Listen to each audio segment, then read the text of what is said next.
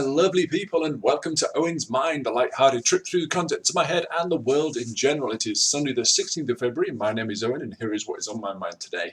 So, apologies for no videos last week. I've been working on a new thing for the channel, so some of you may or may not know that I did some movie reviews, but the thing is I just don't see movies often enough, or new movies often enough, to actually kind of make that worthwhile. So I'm going to try and change that one and take it in a different direction, something that's a bit more available content-wise for me and something I'm going to enjoy. So that's what's going to happen there.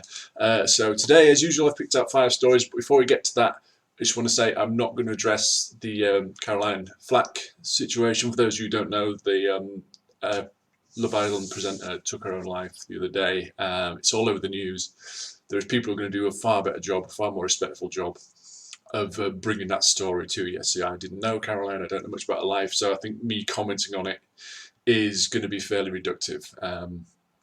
Everybody's got their own theory. There's lots of, there's going to be loads of bloggers and tweets about people thinking, oh, it must be because of this, must be because of that.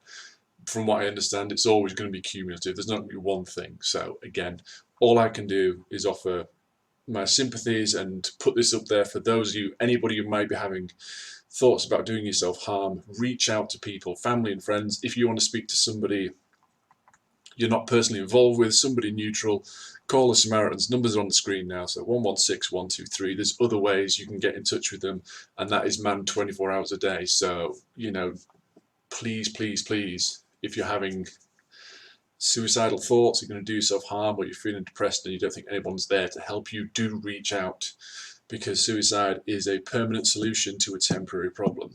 I can't remember where that phrase came from, but I do like it, and it is so very true.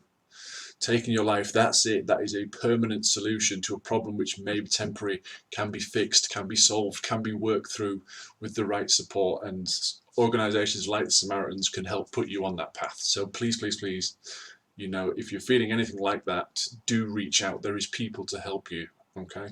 Anyway, so that out of the way, as usual, I've picked out 5 stories making the headlines I want to give my thoughts on. Links will be in the description below, so you can read each article in full and show those original publications some love. So without any further ado, let's get into it. Story number 1. And story number 1 today comes from some BBC News. This is Father Columba Stewart.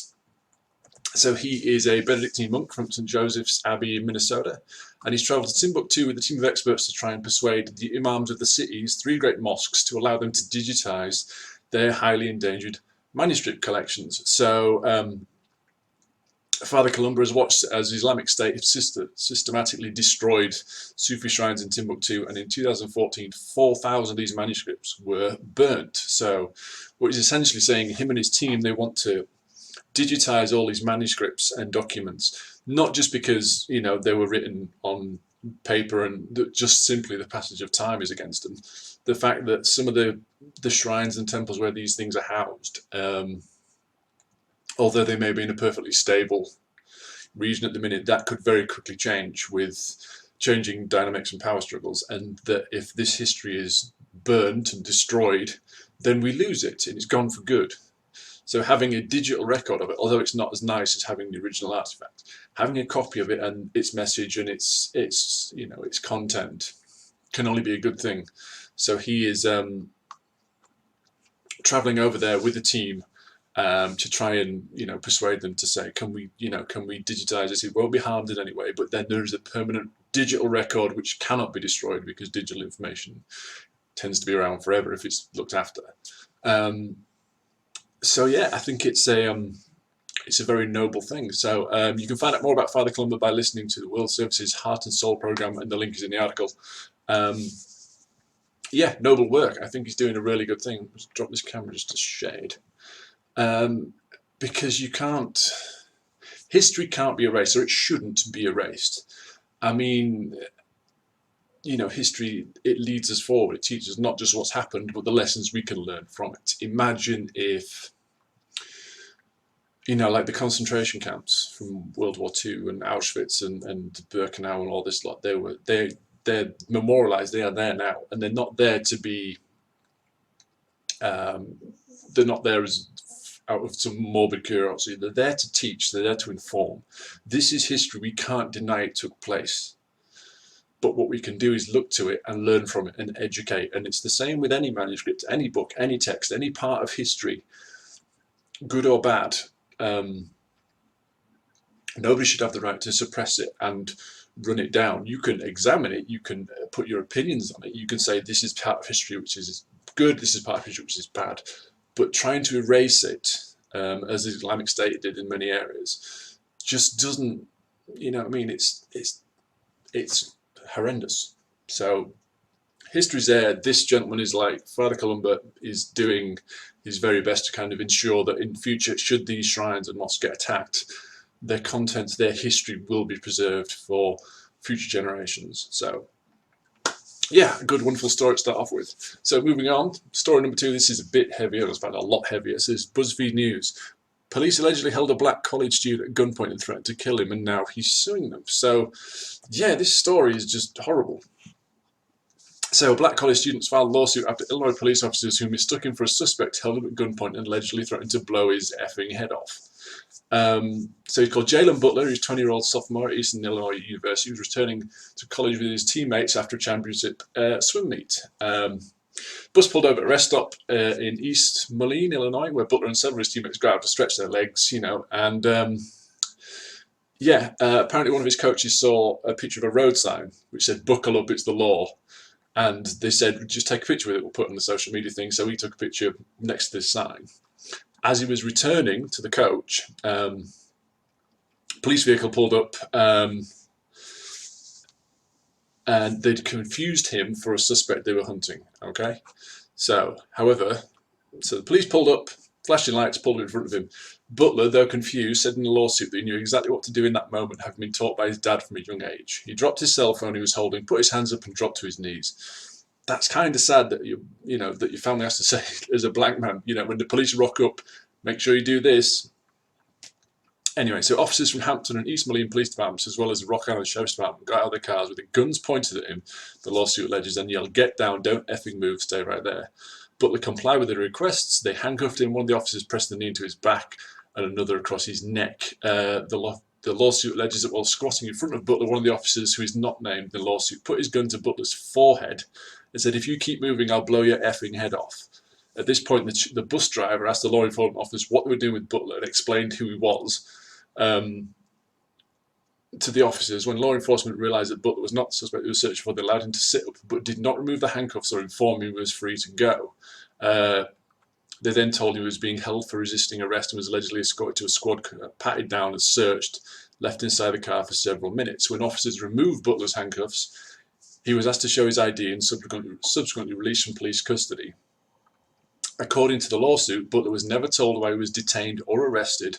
The officers also declined to give him their names, their badge numbers, or agency affiliations. They did not document the stop and search or give Butler a receipt following the encounter, both of which are required under Illinois law. It goes on to state the names of the officers and this kind of thing, but yeah, I mean, how horrific is that for this young man? He's, him and all his buddies, they get off, the long coach ride back from a swim meet, they're probably buzzing after the competition, as people are. They get off, they stretch their legs, they see a funny sign, take a picture, and then all of a sudden there is flashing lights, there is guns drawn, there's 4 officers. And, he did the right thing, he got on his knees, he's down on the floor, and they're still threatening and yelling abuse. And when it's made clear to them that he's not who they're looking for, they still drag it all out. There's no explanation, it doesn't sound like there's any apology. I mean, that must have been terrifying for this kid. And yeah, so rightfully he feels that this was mistreatment, that he was handled badly, and from what I can read, he absolutely was. So now he's just filed a lawsuit against these officers, and hopefully he will get justice, because the law, police are supposed to be, they are the very first kind of public viewing of justice. That's what we see before it goes to court. These people they uphold the law, protect and serve, it says on the door of the police cars. And in this case, they were very much not doing that. So, and again, just to be clear, 99.999% of police officers do an amazing job. They protect people all over the world. They put themselves in dangerous situations to help the general public. But there is a few bad apples, just like in anything, in any industry, in any institution, in any group of people, there is some who are going to tarnish the rest of them. So just to be clear, I'm not anti-police. I think they do amazing work, but in this case, I think these particular officers overstepped the mark, and hopefully their actions will be used in future to kind of show what not to do in these situations and how it could have been done better. So anyway, there we go. So let's move on. Slightly lighter fare for the next one. The Metro. I know this is normally the last story, but I thought we need a little palate cleanser after that. So, a woman who lost a mixtape on holiday finds it 26 years later at an art exhibition. So, yeah, this is a woman who lost a mixtape she had made on a family holiday in Spain in the early 90s, randomly found it while visiting an art exhibition in Sweden more than 2 decades later. So, Stella Waddell was 12 when a homemade cassette featuring hits by Shaggy, UB40 and the Pet Shop Boys was lost in either Costa Brava or Mallorca, and she was convinced she'd never see it again. But 25 years later, the tape was discovered. It washed up on a beach more than 1,200 miles away in the Canary Islands, and miraculously still worked. So artist Mandy Barker from Leeds specialised in marine photography and is currently touring an exhibition on plastic pollution. She found the tape on a beach in Fuerteventura and sent it off to a professional audio restorer who was stunned to find it still played. She included the cassette as well as a full track listing in her exhibition Sea of Artifacts. Last summer the exhibition made its way to Stockholm, where Stella from Berlin happened to be visiting a holiday, a tour of Scandinavia. She noticed a track listing with the tape and something jogged her memory. Unbelievably, she realised the cassette was hers.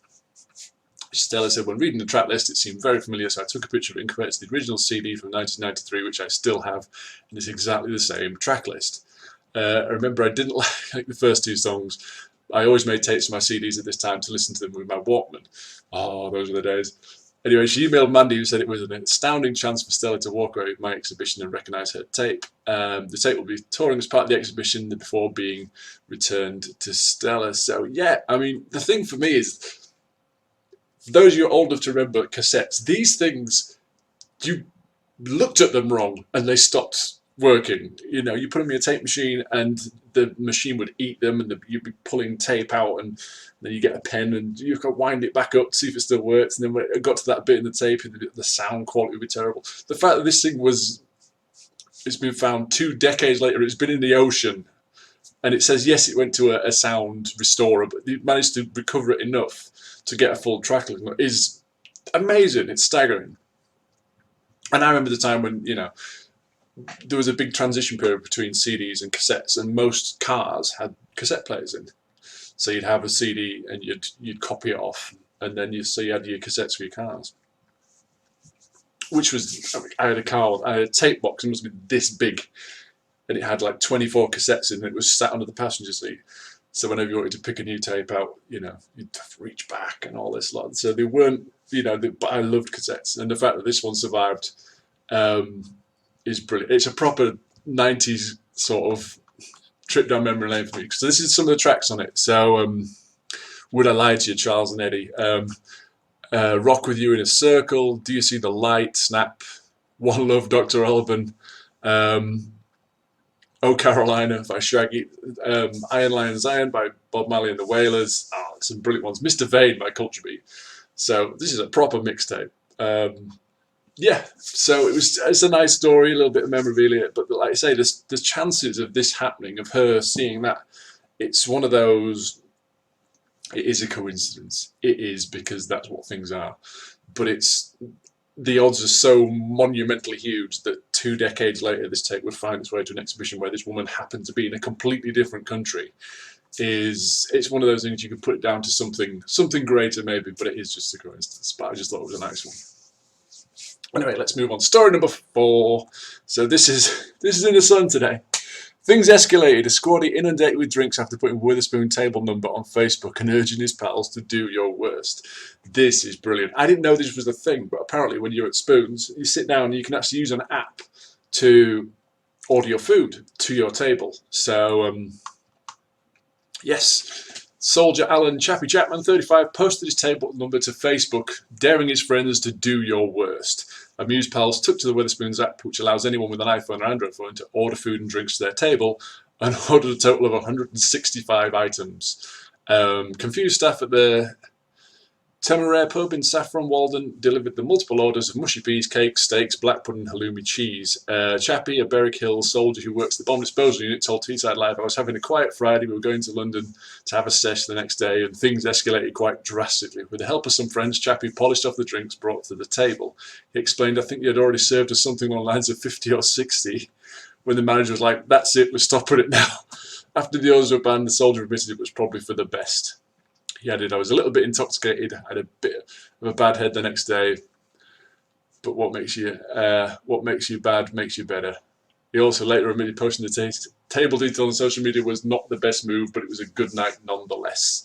And the following day, the prankster went straight to a Spoons in Liverpool Street, London, but he warned over social media, I will not be sharing the table number this time, accompanied by 2 crying, laughing emojis. So, yeah, a bit of good fun. Kind of got carried away. He must have known what was going to happen. He's a squaddy of everything. Squaddies are like rugby players. If you dare your mates to do something, you flipping well know they're going to do it. And it sounded like they did it with gusto. So, yeah.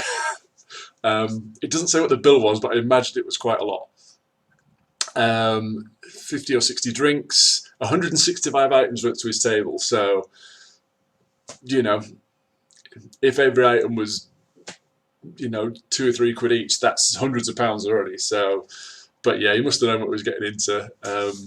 His mates took up the challenge, and yeah, good story. Good story. Bit of fun. Anyway, let's finish off. Bit of a public service one now. This is in The Guardian. Quarter of street drugs are fake and dangerous to users. So, yeah, almost a quarter of street drugs are not what users think they are, some being far more powerful and dangerous than expected, according to findings from the UK's first community-based drug checking service. Testing carried out in Bristol and Durham involved more than 170 substances of concern being submitted and analysed by a team of chemists in a pop-up lab, with follow-up healthcare consultations delivered to more than 200 users. Nearly 1 in 4 of the drugs, 24%, were not what they were purported to be, according to results published this week in the British Journal of Clinical Pharmacology. Drugs sold as MDMA or ecstasy turned out to be N-ethylpentalone, which has been linked to overdose deaths, while a substance purporting to be ketamine was found to be a new psychoactive substance with the chemical name 2-FDCK, a synthetic drug that is about 1.5 times more powerful and whose effects last up to 3 times as long as ketamine. A small number of submitted samples were associated with problem drug use, including heroin containing paracetamol and caffeine, and a synthetic version of cannabis. So Professor Fiona Mesham, the core problem is supply and demand. As demand for drugs is as buoyant as ever, we see increasingly innovative attempts to meet that demand with drug users vulnerable to the sophisticated operations of organised crime. Testing bypasses the central problem here, which is that users cannot be sure what they've bought in terms of strength or content.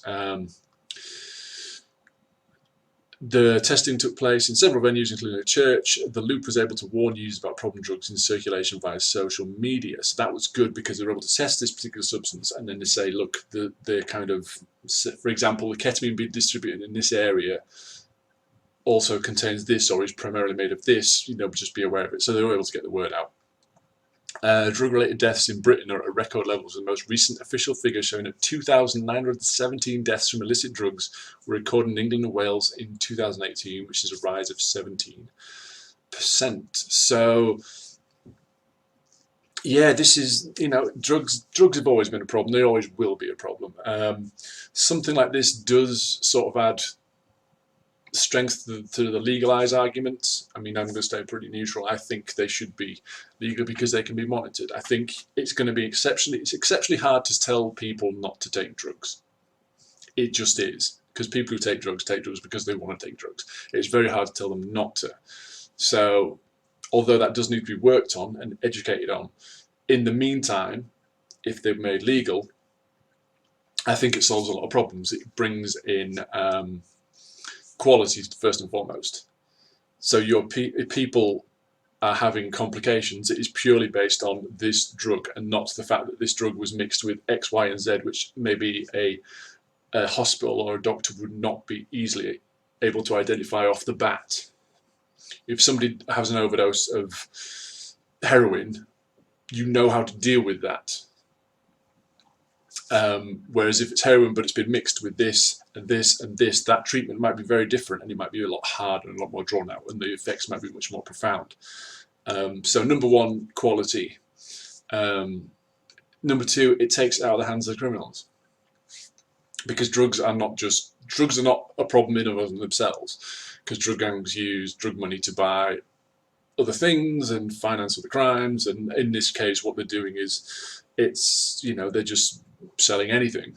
They're cutting it with stuff. They used to say that like Coke was cut with broken powdered glass, and cannabis resin had melted vinyl records and things into it. So anything to kind of bump up their profits. So again, it takes that out of it as well. And there will still be an illegal, if you make it legal, there's still going to be an illegal drugs market, because there always is. There's all sorts of legal things which have illegal counterfeits now, so that's not going to change. But if people know that they could go to a place and buy what they knew was a pure product, then that can only be a good thing. So I think this it does add a bit of weight to that argument that maybe legalizing substances is the way to go. And of course, once that's in place, you still need the education. You still need to try and get people off them. But while people are on them, you make it as safe as you can do. But yeah, I mean, are you surprised by that kind of figure? That like a quarter of it is not what it's supposed to be? I'm surprised it's that low, to be honest. I'm surprised it's that low. I would have thought that more people selling drugs would try and cut more stuff in to maximize profit, because your average drug user is not going to know. If the substance they mix it with has similar kind of effects, like this one that they mixed with MDMA, no, the one they mixed with ketamine, which is a new psychoactive substance with a synthetic drug which has 1.5 times more powerful, lasts up 3 times as long as ketamine. So it has a similar effect, but more powerful. Is your average drug user going to know? I think that you would know if they diluted it with something, if they'd mixed it with something far less potent, then you wouldn't feel like you got the same hit that you did last time. That's how you know. But your average drug user, if they get high, they get high. If what you've mixed it with has a similar effect to it, even though there's a lot more dangers involved, I don't think you can't exactly go back to drug dealers and report them saying that what they've sold is poor quality, and they know that. So they can cut it with anything. So the fact that it's only 24%, I'm quite surprised. I thought it'd be more than that. I thought it'd be a lot more. And maybe it is. If they tested 170 substances, if they tested 170,000, that number might be different. But this is what we're working with, and it is a very valid study. And it is, hopefully, it's going to be eye-opening for a lot of people going, you know what, we don't know what we're getting, we don't know what we're putting in our bodies. So yeah, if you indulge in these kind of substances, do take care, do be aware, and there's no advice I can give you. I can't tell you to use a reputable drug dealer, but just be aware of what may be happening. Anyway, so that is it, guys. Excuse me. All the way to the end before I need a drink of water. I did this the other day.